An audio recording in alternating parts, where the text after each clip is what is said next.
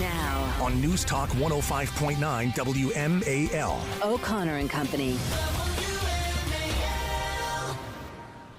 You're just 1 hour away from the Chris Plant Show, but before we hand it off to our fine friend from Washington, D.C., we've got more work to do, including a conversation with Julie Kelly coming up in 30 minutes, new revelations about the evidence that apparently is destroyed or misplaced or hasn't been retained by the Democrats running the January 6th committee. This is evidence that, that Donald Trump would like to use in his defense. That seems odd. Julie Kelly won't detail that. I'm Larry O'Connor. There's Mercedes Schlapp, star of Stage and Screen. Hey, Larry. Hey, how Mercedes. are you? Well, I'm good, morning. and I'm extra good because we've got Peter Doocy back on the job.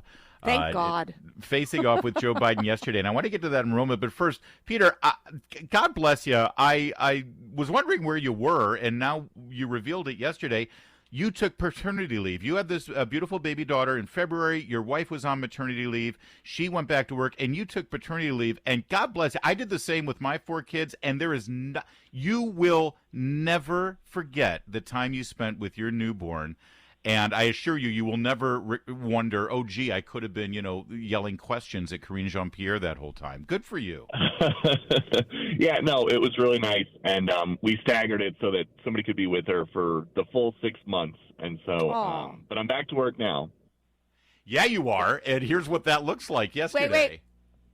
Wait. Oh, sorry. Go ahead. Oh, I just have to say, because you guys crack me up being the dad. See, when I, of course, as the mother of 5 kids, when it was the time that Matt was working at the White House under Bush, he had to work all the time. So I had the baby on Wednesday, and he was back at work on Friday. And thank God the dad was out of the house, because you guys put a lot of it's like dealing with an extra child. But what a blessing, and congratulations, Peter, to you and your wife. It is such a blessing, to be able to share that time. We're with your a newborn. different generation, Mercedes.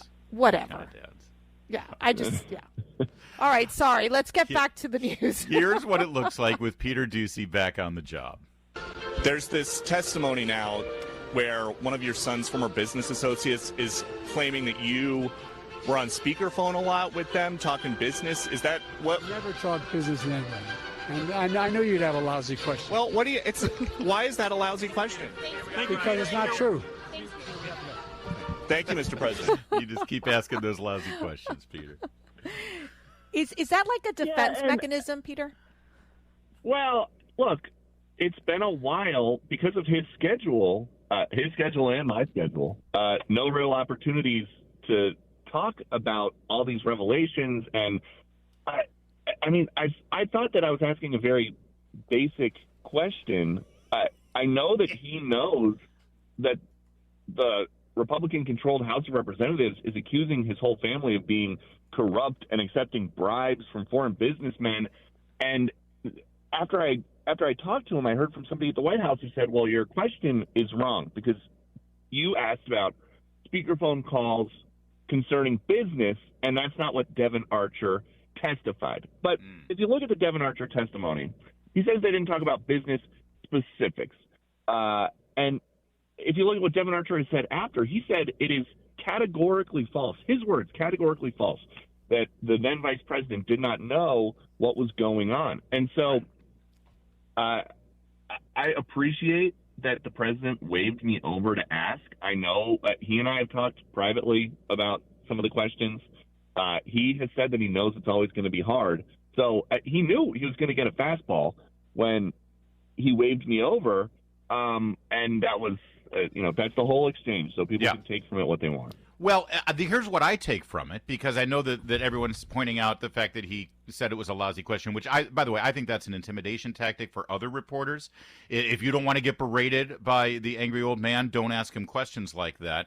But Peter, there actually is news here. Listen. And I knew you'd have a lousy question. Well, oh, wait, I'm sorry. Right here is the news. What? Never talk business in anybody. I never talked business with him. Well, that's moving the goalpost, because my understanding all during the campaign was that he never talked at all. He never had any conversations. He bent over backwards to say that he had this firewall between his life as vice president and his son's life making money in D.C. Now he's moved those goalposts. I never talked business with him. Well, that's a change. And that's a change, obviously, because he's been caught in a lie. And he seems to then confirm that these speakerphone calls did happen. Yeah. And again, like, we don't know. We were on the call, and they were away from cameras. It was a couple of years ago. We don't know what happened. But we're here in New Mexico. I'm about to fly home just to try to find out. Like, I'm not trying to get him. I just want to know what happened. And so we will keep giving him an opportunity to tell us. On the record. Can I ask you, Peter, because you'll have a good insight into this, do you feel that the White House communications team and the press team, are they getting nervous? Are they getting nervous with all these breaking stories? I mean, the New York Post, had a front cover, where it basically says Joe's for sale. And when you're starting to reveal all these dinners with the Russian oligarchs, the fact that Hunter Biden is using the Biden brand. I mean, are they getting nervous that there is a smoking gun here? I don't think so, because to date, the House Republicans have not produced a smoking gun. And so there are a lot of suggestions that laws were broken, but they're not saying which laws were broken. I know that they're talking about paying payments made for policy decisions. They're not saying which policy decisions were influenced, and they're not able to prove that Joe Biden, at least not yet, that Joe Biden as vice president or as a private citizen afterwards ever actually got money, whether it was through his son or his brother. Like, they just haven't. In terms of, though, are they nervous? I don't think so, because to date, the investigators have not given them like a black and white example of this is something that we have. You did it wrong. This is, now we'll go from here. Well, go ahead, Mercy. You want? Sorry, I just want to follow up real quick. But let me ask you this. So, they're not nervous, but yet it's bizarre that the vice president at the time, when he was vice president at the time, wouldn't this raise ethics questions where, like, the White House counsel would have been like, sir, you shouldn't go to dinner with these guys. These are like sworn enemies of the U.S. I mean, isn't there – it just raises so many ethical questions of the vice president's decision to meet with this, at the time. Thank you. I don't know what's more of a scandal, the fact that this stuff – that he broke the law, or the fact that this is all legal, what he did, Peter? Well, and we don't know. There's so much there. There's a lot of smoke. We don't know if there's any fire, but again, that's why we're trying to just if we have to get to the bottom of it, one like 15-second exchange with him at a time, that's how we'll do it. Certainly, for a political perspective, we have time. We've come a long way from I never once talked to my son about any of these things. I had no idea what he was doing. Politically, that is now exposed as the lie that it was.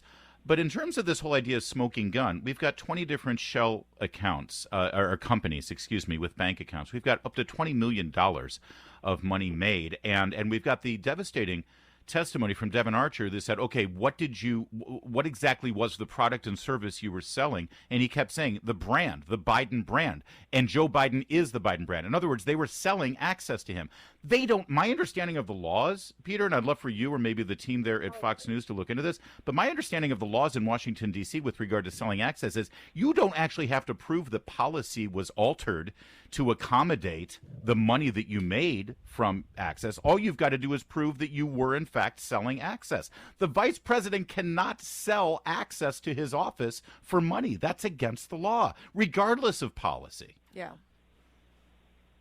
Yeah, and from their perspective, like I think they are going to try to keep doing what they've been doing, which is we have undefined, if you're the Biden White House, they have undefined legal problems at the moment, whereas the presumptive Republican nominee at this point, Trump, has like actual court dates, and he has to go and deal with these things. They would rather just do whatever they can to have him, talking about what are we here in New Mexico for? Like wind towers? Yeah, exactly. Talking about that instead of instead of their own legal problem. Absolutely. But I don't know if that's sustainable. Well, don't Peter, know. I mean, you've caught us all fired up. We've been talking about this for 3 hours already this morning, so we appreciate you in New Mexico time jumping on board with us. And welcome back to the job. Good job yesterday talking, and keep up the good work. We want more lousy questions from you.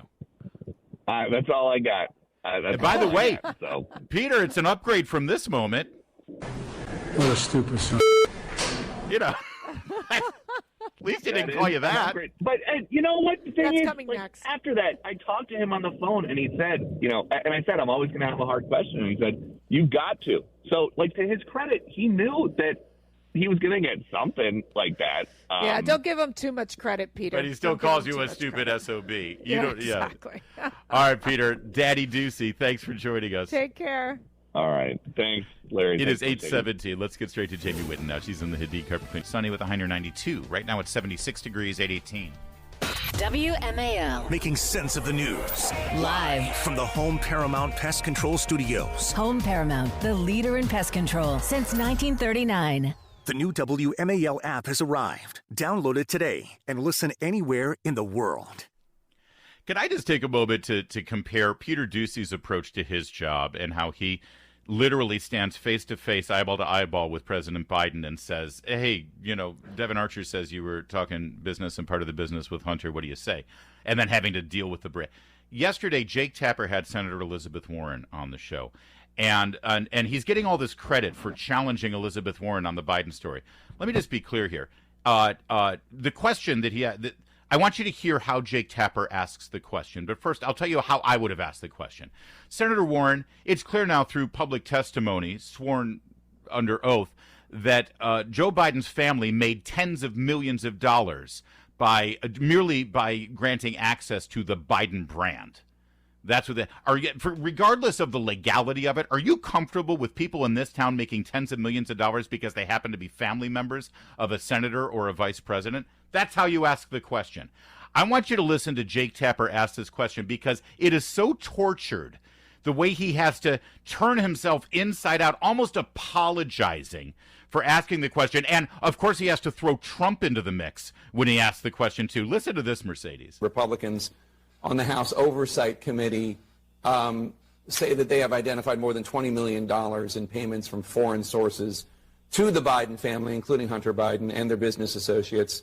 So far, we haven't seen any direct evidence pointing to Joe Biden, President Biden, doing anything illegal, and I don't necessarily know what's everything that's in this. But I do wonder on a broader level, the 30,000-foot view of this. People close to people close to Joe Biden, or people close to Donald Trump, but I'm talking about Joe Biden, making tens of millions of dollars because of their closeness to him. That can't be something that you like. That can't be something that you're comfortable with as a phenomenon. So sweet. That is, as Joe Biden would say, that's a lousy question. That is, he's so courageous. Jake Tapper, he calls balls and strikes. He's like, yeah, he's tiptoeing around the question. I mean, come on, it's $20 million from foreign nationals, but they really can't prove anything. Let's reiterate that this is what we learned. Yeah, let's just throw Jake Tapper aside for a moment, and I won't even insult you with Elizabeth Warren's answer because it's a waste of time. We learned yesterday through James Comer's Oversight Committee that $20 million of foreign money has been funneled to the Biden family, but this isn't money doing business with countries like Finland, or Canada. Yeah. Or Australia. Even America. Let's just or here in America, thank you. Yeah, so it raises these, FARA questions. It raises so many questions as to how they built out these shell companies, how so many of the Biden family members benefited from our enemies. Yes. Our enemies. Russia, China. I mean, you go through the list and you have to ask yourself what is going on here because they're using the quote unquote Biden brand to benefit the people who are trying to take down America. Yep. And again, the legality aspect, as you just heard with Doocy, there's two questions here: the legality and then the ethics, and the third is the politics. Here's Jonathan Turley, law professor at George Washington, on the legal part. We're now up to $20 million coming from sources from Romania, Ukraine, Russia, China, Uzbekistan. All of these are highly corrupt figures that are giving millions of dollars that are going to the Biden children, even grandchildren. And the result has been overwhelming in the sense that President Biden's long denials have been demolished. That's right. His long denials have been demolished and shown to be the lies that they are. But don't get ahead of yourself here. Keep this simple, stupid. Joe Biden has been proven to be a liar when he denied he had any involvement or any knowledge or any conversations about his son's business. Why would he deny it? If everything was, because the argument now is going to be, well, but there was nothing illegal. If there was nothing illegal and nothing improper, then why deny knowledge of it? But Joe Biden denied this and lied in his denial because he knew how dirty this stuff was. Obviously. Otherwise, he'd be bragging about it. Yeah. It's 8:23. All right, coming up, stunning revelations, although we shouldn't be stunned at this point, about the actions of the January 6th Select Committee and also about Special Counsel Jack Smith. None of it seems legal. None of it seems proper. None of it seems ethical. All of it seems wrong. And yet, will anything happen? We'll talk to Julie Kelly next. WMAL-FM, Woodbridge, Washington, a Cumulus media station. Making sense of the news. News Talk 105.9. News now on News Talk 105.9 WMAL. O'Connor and Company. It's 8:37. Coming up in 30 minutes, it's the Chris Plant Show. I'm Larry O'Connor alongside Mercedes Schlapp. Mercedes, we've got Julie Kelly here. I know. I'm so excited. We love her. She's from American Greatness, of course, author of January 6th, How Democrats Use the Capitol Protest to Launch a War on Terror Against the Political Right. And boy, you might have to do a rewrite of the book now, or maybe have a whole new book about what we're learning about how that committee functioned. Julie, great to talk with you. Thanks for joining us. Hey, guys. Thanks for having me. And Larry, just to, I started my own Substack. So I would like to refer people there for all my coverage and work. Oh, fantastic. Do give us the details.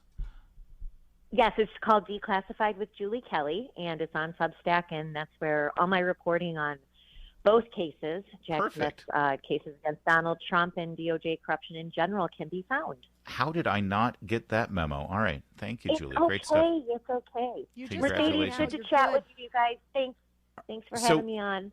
So here's how the corporate media is describing this, if they're even covering this revelation out of the January 6th committee. Here's how they're covering it. And I assure you this is very different of how you'll hear it reported at Declassified with Julie Kelly.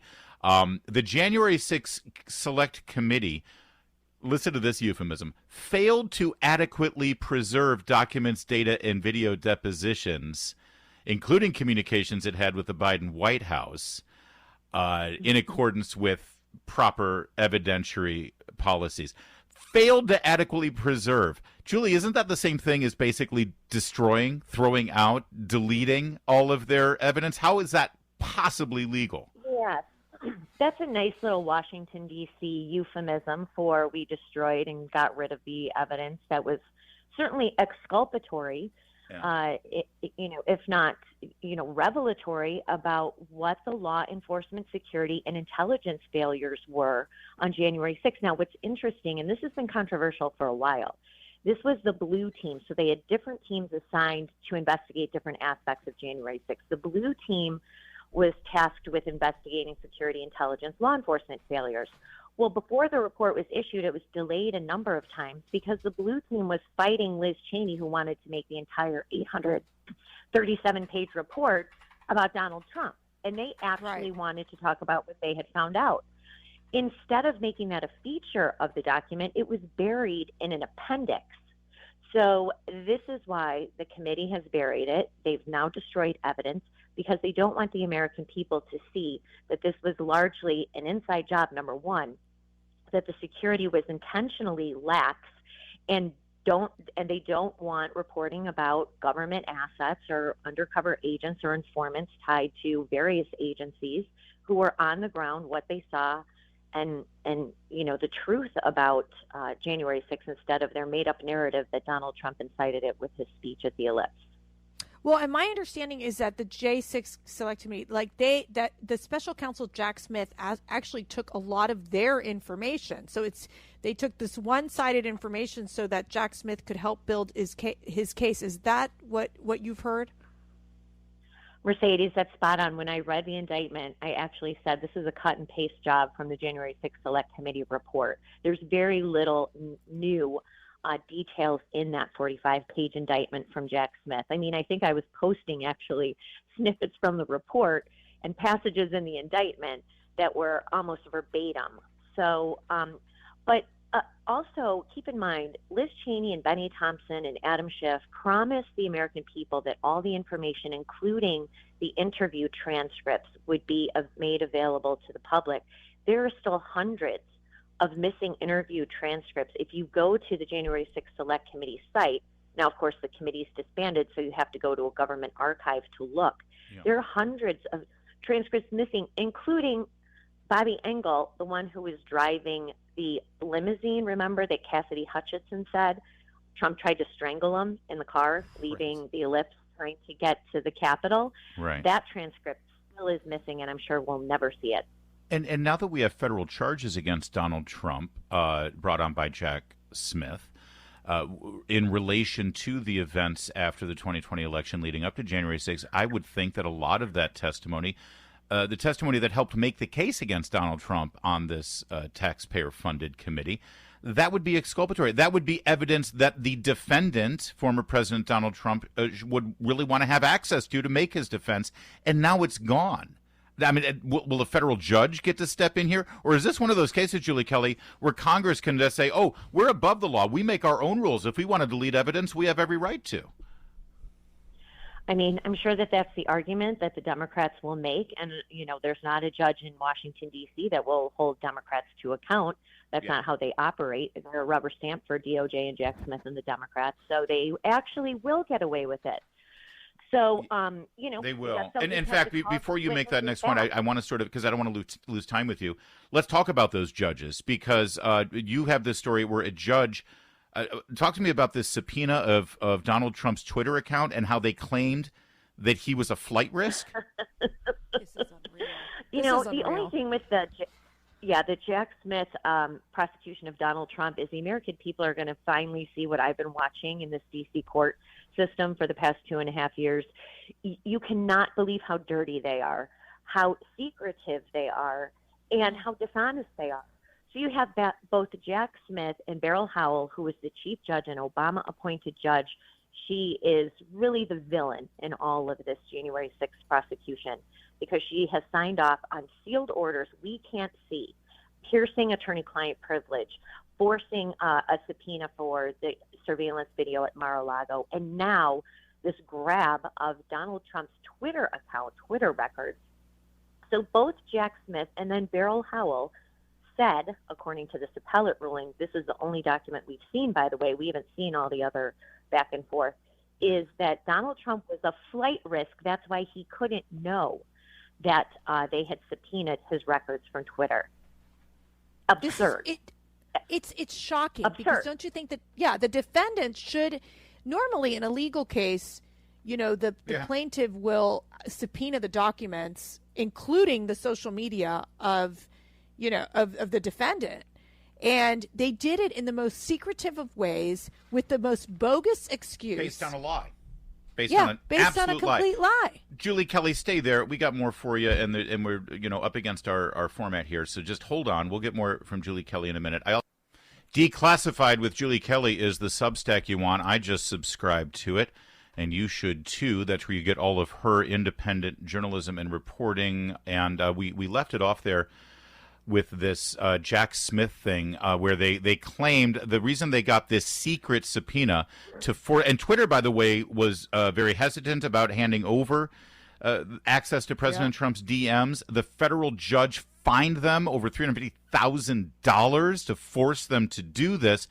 And now they claim, Julie Kelly, that claim that Trump was a flight risk, that was an error. Is that really what they're saying now? It was all a mistake, but they got what they wanted, didn't they? Of course. And this is, again, the only document we've seen about this case is the appellate court ruling that supported. So get this.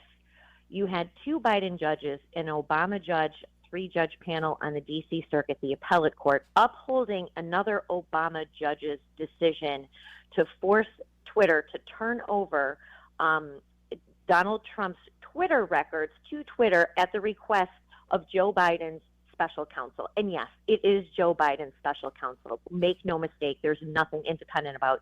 This is the sort of legal judicial, I call it circle of hell, that January 6th defendants have been dealing with for 2.5 years. I mean, they have taken social media accounts. They forced big tech to turn over, whether it's Google, Amazon, Twitter, Facebook, to turn over deleted social media accounts to the government so they can use social media posts and messages as evidence against January 6th defendants. This is nothing new. But of course, the fact that they were so sneaky and tried to keep this from Donald Trump, and this judge allowed them, and kudos to Twitter, because they actually were fighting the non-disclosure aspect of this. And Beryl Howell punished Twitter $350,000 for a 51-hour, 2.5-day delay in finally producing the documents. Yeah. The punishment was not the delay. The punishment is because she is a Democratic hack who did not like that Elon Musk took over Twitter and was opening it up as a free speech platform, and was then involved in exposing in the Twitter files Twitter's collusion with the Democrats and, of course, the FBI and the government to suppress information. She was punishing Twitter not for being late in producing the documents, records, which of course they did. She punished them and said, well, you just bought Twitter for $40 billion. You're worth $40 billion. You can afford this fine. That's what she said. That's justice in America right now. Julie Kelly, we got to leave it there. We appreciate all the work you do, and there's more. We're just scratching the surface. That's why you want to subscribe to her Substack, Declassified with Julie Kelly. Thank you, Julie. Thanks, guys. Have a great day. It is 8:52. That's a wrap, Mercedes, and thanks for giving us 3 days this week as Julie Gunlock's been on vacation. It's been a pleasure. You exhaust me, Larry. You exhaust me. But thank God I get to hang out with Chris Plank later. Oh, yeah, nothing today. Exhausting about him. Hey, Chris. Hey. So let me see. What am I going to steal your Jeffrey Toobin soundbite? Because I didn't grab. Oh no, let's not go Jeffrey there. Toobin, Let's just not go there. Oh, I like you make Jake one Tapper. Jeffrey Toobin joke on a Zoom conference call, and everybody. Yeah, Toobin, gone but not forgotten. Yeah. And if you ask the president why Devin Archer is contradicting his past statements, you're asking a lousy question, Chris Plant. That is a lousy question. Did you notice that the Monty Python's Flying Circus music is playing in the background? No, I did not. That's great. Yeah. Now for something completely different. That's right. When Doocy asked him the question, Monty Python's Flying Circus music is playing.